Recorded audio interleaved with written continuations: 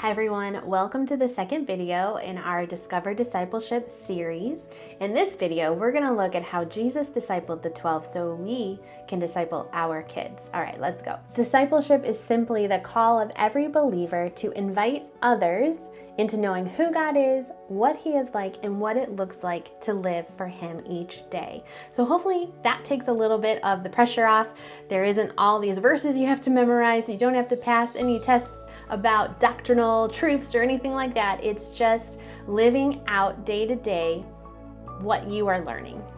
The Next Gen team is so excited to be going on this journey with you all, myself especially, because 13 years ago, I didn't have access to something like this. And that's when I became a mom and I was looking. Believe me, I kept thinking as I'm rocking my kid to sleep, how am I supposed to do this? How am I supposed to make sure he loves Jesus, right?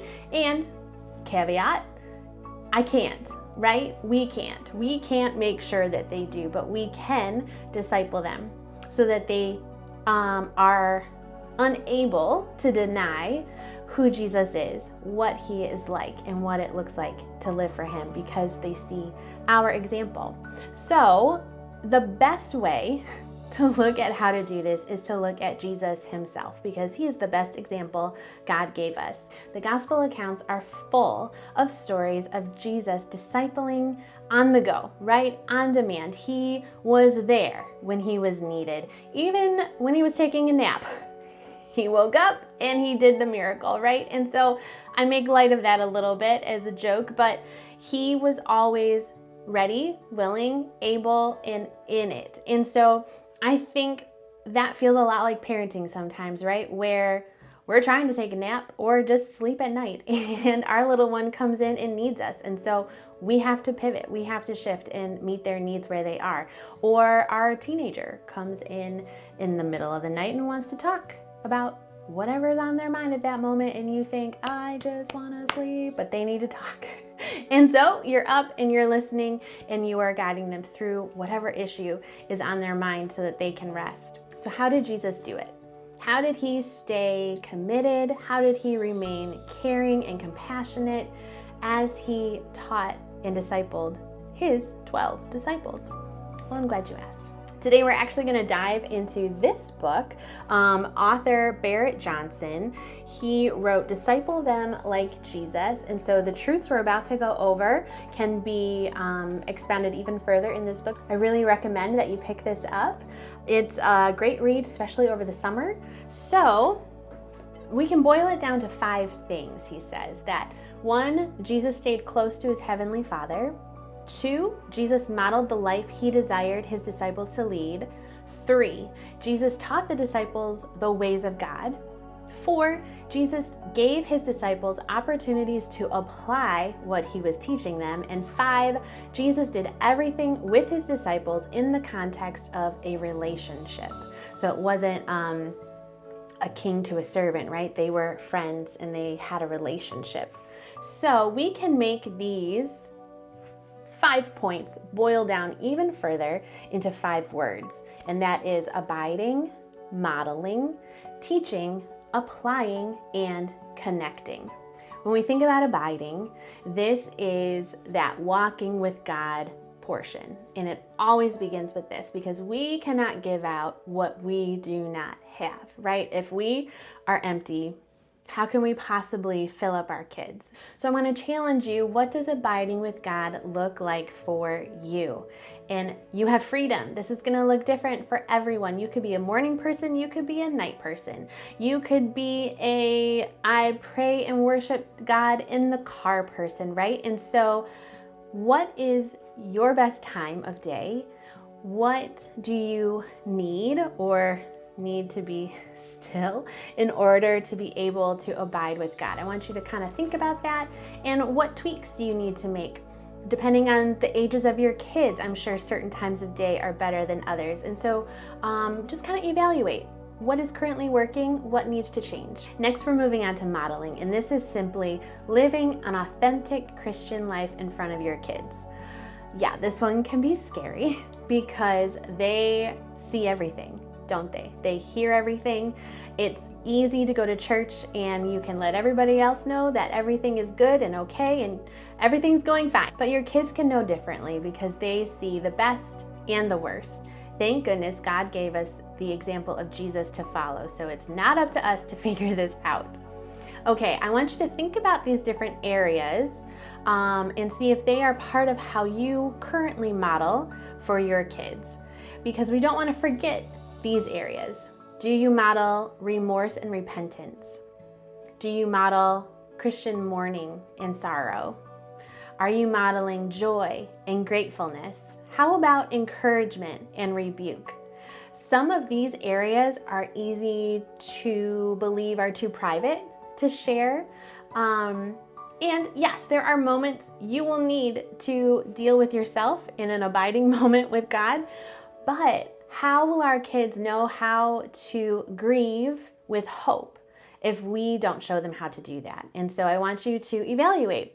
Are you doing all of these things in front of them? Ask God for wisdom on what to share with them when. Now, for all of you out there who are currently doing the hard work of breaking a dysfunctional model cycle that was passed down to you, know that you are not alone.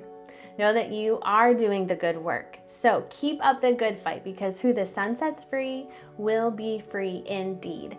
Now, let go of the fear of continuing the cycle. Let go of the worry over how your kids are reacting, or if you went too far one time, or whatever fear that is, part of that dysfunction.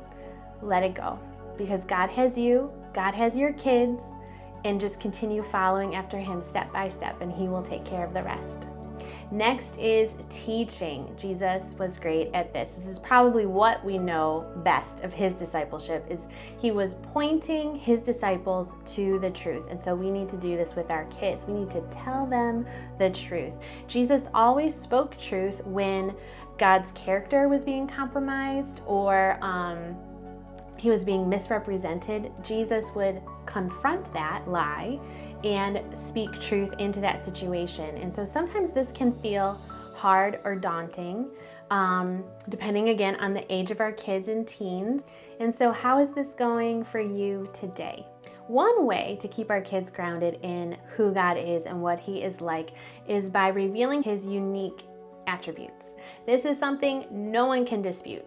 And so if our kids are grounded in God is loving, God is eternal, God is creator, and the list goes on and on and on, then as they grow and they hear other voices, or they are confronted by someone else's idea of who God is, they can stand firm on the truth of His character, of His attributes, of His qualities, and that He is unchanging. And so I really encourage you to try to implement more of His attributes into your conversations and in your prayer times together. There have been so many studies done about a child's worldview. When our kids and teens really solidifying what they believe, solidifying how they make decisions or how they view the world versus how they view God versus how they view their home environment.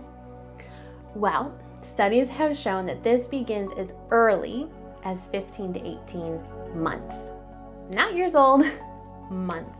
And that by age 13, most likely kids have already developed the way that they will make decisions, the way that they view certain things around them, their family, their environment, people they trust.